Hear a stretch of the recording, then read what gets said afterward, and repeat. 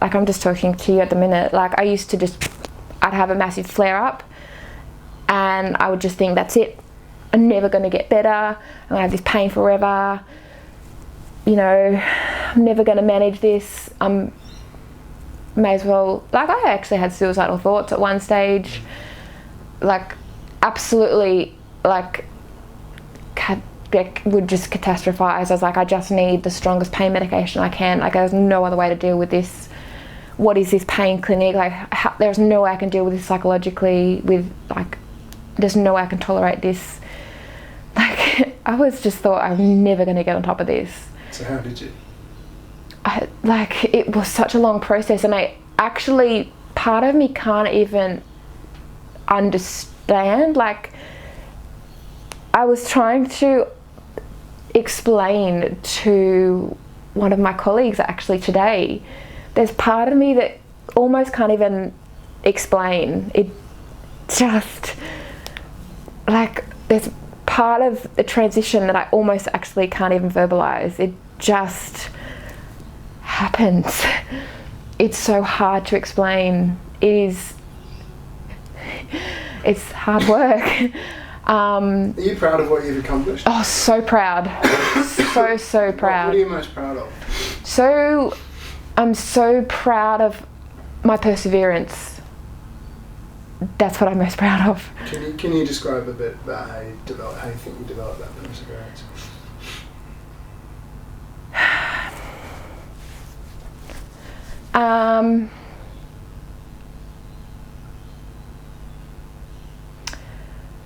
So, because I was passionate about my purpose, I had a purpose. And that's what I was saying to Fiona. If I didn't have a purpose, I had a purpose that I wanted to work towards, and that's what I was persevering for. And I think that's what I also would not recommend. People who have chronic pain need to have a purpose. And my purpose was my job. And if I didn't have my job, which I'm back at now, I wouldn't have had anything to work towards. I wanted to get back to walking, like in the bush. I'm not back hiking like Oxfam style, but I'm now back doing walking and some sort of bushwalking. And I'm back with my patients, and I've got my purpose back. And that's what I was persevering to get back towards, if that makes sense. So I'm proud that I persevered to get back to my purpose and my passion, if that makes sense. Actually, that was really good. And even though you didn't mean that for the camera, I think that's exactly... Yeah, so... That sort of makes complete sense as to why I was... Because where I am, like, I'm just so passionate about my job. And now that I'm back full time, like, I could not be happier. Like, so, it's the best thing. Going back full time in my job has been the best thing for me and for my hip. Like, endorphins going everywhere. I'm so happy. So it's been the best thing for me. Like, people need to have a purpose, and if they don't have an end purpose, if they've got an intermittent purpose that they can grasp, to hold on to, and to fulfill them, I think having a purpose and a passion can get you through anything. I think my purpose was my end goal, which was my job. So how did you actually figure out that was your purpose? How did you go about that? Because it's what I love, people, and I love helping. I just love my job. It is, obviously I was injured at work. And I had to return to my pre-injury role. So it was sort of part and parcel that I had to return to pre-injury role. That was a push from the insurer, push from my work. But I was always determined to return to my job, because it's what I love. I also had the external passion of returning to bushwalking, so I sort of had two passions I wanted to return to, which of both I'm pretty much there. So that's what made me persevere with my treatment and pushing through with my pain management.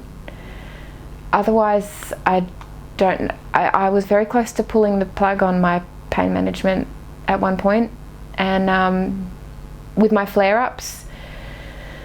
So, and I'm glad I didn't, because now I'm there. So it's very important for people to have a purpose. That's all I can say. And how would you envision that purpose? Would you kind of spend time kind of thinking about, so take the bushwalking as your job. Yeah. Would you kind of like visualise that? I visualise, absolutely. 100% visualise it. I'd visualise it, yep. Could you just kind of elaborate a little bit on that? Can you describe? I would. It's a little bit ironic because part of it is a bit ironic because there's another part. I'll tell you in a minute. But I would look up pictures about it. Bushwalking. I would look up pictures, on the internet, of bushwalking posts and think, oh, one day I can do that, and one day I want to do that, and when I'm better, I'll do that.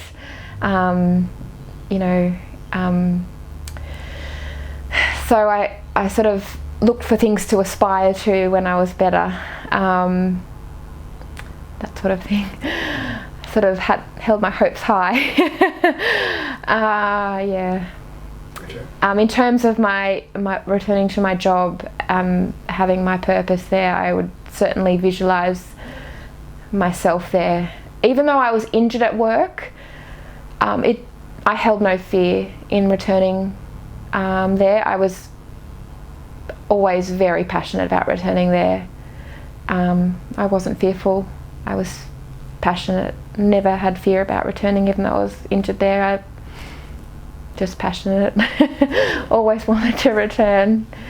Okay, great. And so can we talk about okay, so one thing you talked about earlier was kind of when people understood, that you had this pain, because it wasn't kind of immediately obvious because you didn't have a cast, then that was a big breakthrough for you. So how was it that you were able to kind of like make that breakthrough with people and kind of like be heard, Well, yeah, how did you accomplish that task? So early on I was actually on crutches, but that was only short term. Once people had seen the crutches, they sort of understood and they were gone. I was very lucky to work in an office, be placed in an office with very compassionate people who listened, and I was able to explain to them. I had to go to appointments and explain to them. I just explained, gave them, once they gave me, 5-10 minutes of my time, I would just simply say, I'm going to this appointment, I've hurt myself. They would sort of see me limping. It arouses their curiosity. I don't have a cast, I don't have a bandage, but I've actually sort of had a limp. And they would arouse their curiosity, and I've kind of forgot what you asked me. Okay, that's right. Because I guess we're sort of talking about like other people and like support from other people. Yeah. Now, like I know that you've probably got stories around how people supported you. Yeah. Right? But that's kind of like an external factor. Yeah. So what I'm really interested in is kind of like what's transferable to other people. Sure. Right, as advice. So how did you go about kind of enlisting the support of like the people around you?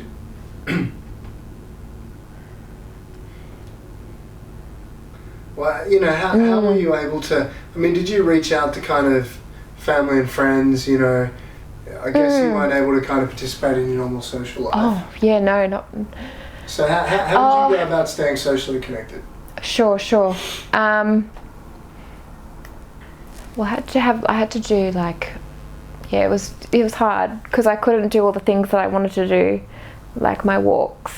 I had to sort of say, well, can we just go for coffee? I'm thinking the context of work, which is hard because it was also affected my social life. And my manager at work just thought, oh, well, you're affecting my work roster. I felt like saying, well, you don't realise that this affects my whole social life, not just your work roster.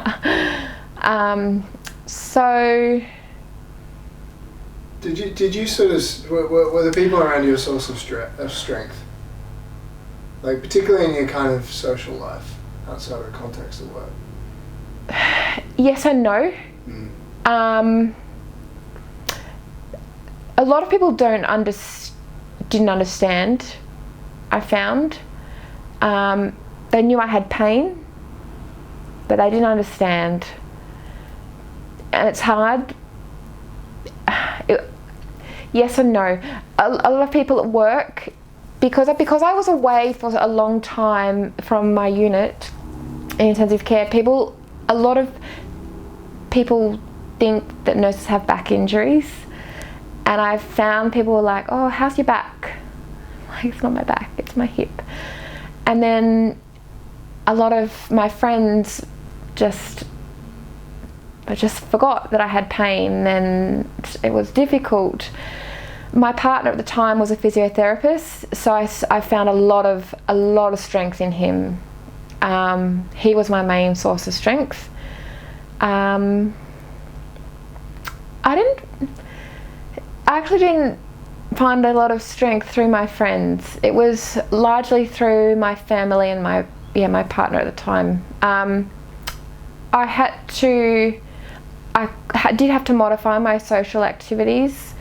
I couldn't go out dancing because I couldn't stand for long periods of time because it would aggravate my pain. I couldn't do all my walking that I wanted to do because that would aggravate my pain. I would have to go and simply have coffee dates and things that were more sedentary. Thankfully they've changed now. I'm the one asking people if they're free to go for walks now. I would say reach out, and people don't know what's wrong until you tell them. People sometimes afraid to offer help. People can only offer help if they know what's wrong. I perhaps didn't reach out because I had a lot of strength in my partner at the time, because he was a physiotherapist. If I didn't have him, perhaps I would have reached out more to my friends, my network of friends. Who knows? So that's an interesting point. So, okay, so yeah, you were sort of like recommending to people that that people will only understand what's wrong if you like explain to them what's wrong. So what advice would you offer then, like in that regard? I wouldn't if you were to explain to someone about your pain, I wouldn't get too technical. People, I find from personal experience, can lose interest and lose understanding, become, I guess, disconnected and disengaged from you if you become too technical. I just say, the general vicinity of where my pain is, and I don't get too emotional either. I just, matter of fact, this is what it is. I try to sound very matter of fact. I find if I get too emotional, I don't like people to feel like I'm asking for their sympathy. That's a personal thing, because I'm not out to get sympathy. I just simply like to create awareness, so people are aware of what I'm experiencing, so that if I need to reach out and ask for help or ask for support, that they're simply aware of what I'm going through. That's all. Okay, yeah, that was good. What sort of attitude do you think someone should have towards like their pain or their injury? Attitude. Attitude. That's a good question.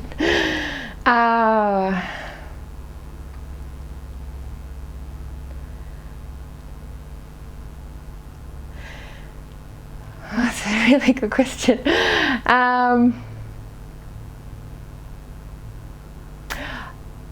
I feel like you need to tell the injury what to do. You're the boss of the injury. The injury isn't the boss of you. It will get better. The pain will always be there, and I never liked hearing that statement. It cut me deep when I heard that. But the good news is that your tolerance, the way your management of the pain, believe it or not, will improve, and that is what will decrease your sensitivity to the pain. And I think having that attitude to believe that is what you need to carry. Because if I knew that early on, I would have moved forward a lot quicker. Awesome. And what kind of mental, what kind of state of mind, like, do you believe someone should have when they're going through this experience? State of mind.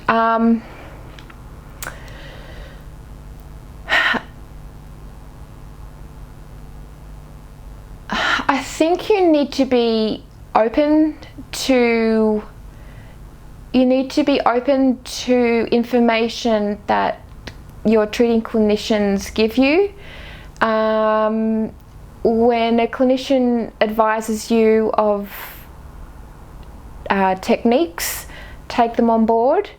Something might not work for you, but something might. But don't doubt them. They're professionals. I did doubt some things in the beginning, but months and months passed and they started to work. So don't go into it closed-minded. You need to keep an open mind, and I think that is the number one, definitely the most important thing. Okay, that's great. I've also got, it might be a little bit off track, but something else that I wish someone had told me. I would suggest going off social media for someone that's young, going with an injury. And the reason I say that, I don't know if it's worth telling someone. The reason I say that is because I was like hugely affected by the influence of social media with my injury. Because I love running, love my huge big walks, and I saw a few of my friends putting up, lunch run, fit chick, fitness motivation with all these hashtags and bushwalks. I spent session after session after session with my psychologist talking about this, and it took so long for me to get over this and turn it around, for me to actually view this in a different perspective and look at that, these posts as just attention seeking. And I wish I just had have switched off from social media, because it's all about you running your own race and learning to walk your own journey. And when you've got an injury, I just wish I had have switched off from social media, because when you've got an injury, you need to focus on yourself and not what everyone else is doing. That's something I would also suggest to people. That was good. So tell me about the focus on yourself bit. Oh. How should someone focus on themselves? Oh, people. I find when I had an injury, I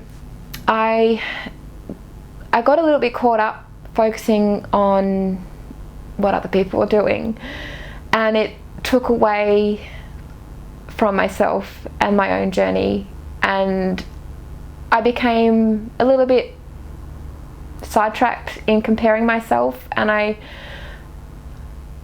lost focus on myself, and it was very off-putting. I thought I should be up to that level now. I should be doing those walks, and I should be, have lost that much weight. But I needed to learn to focus on myself. I was walking a different journey. I was suffering from chronic pain. I was on medications that caused me to gain weight. I needed to learn to focus on myself. My journey was different to the person's who I was looking at. If I compared mine to this person's, I was not going to be I'd gained weight. If I had focused on the other person's, I'd made me feel bad about myself. So I needed to stop looking at somebody else and focus on me, because it would make me feel worse about myself when I start comparing myself. Similarly, if I looked at somebody else going on a lovely bushwalk, that would also make me very upset, because I thought, I can't do that right now because I'm suffering from chronic pain, and I know that I can't do that right now. Emma, focus on yourself. You're walking a different journey right now. So what does that mean, Emma? So when you say, does that mean focus on your own sort of progress and your own absolutely little wins? Absolutely. So I needed to learn to focus on myself, focus on my own little wins, focus on my own progress, and focus on what was important to me, and the way that my journey was moving forward, and not focus on comparing myself to others, because when I compared myself to others, I became depressed. So looking at myself and only myself, not comparing myself, was something that I learnt, to do. It did take a little bit of time, but it's something that I needed to do to cope with, my pain. And so tell me, I guess the positive benefits of focusing on your own progress and the wins. Like what? So the benefit of focusing on myself was that I would always put myself first. I was able to focus on what I wanted to achieve, and I would not strive to achieve what other people were achieving. I would focus on what's important to me, for example, and what's relevant to me. For example, people were going on big hikes. Even though it's what I wanted to do, I would think, well, that's not what I can do right now. So I would put into context what was relevant to me. I had to go and modify my activities and go to aqua aerobics. So it was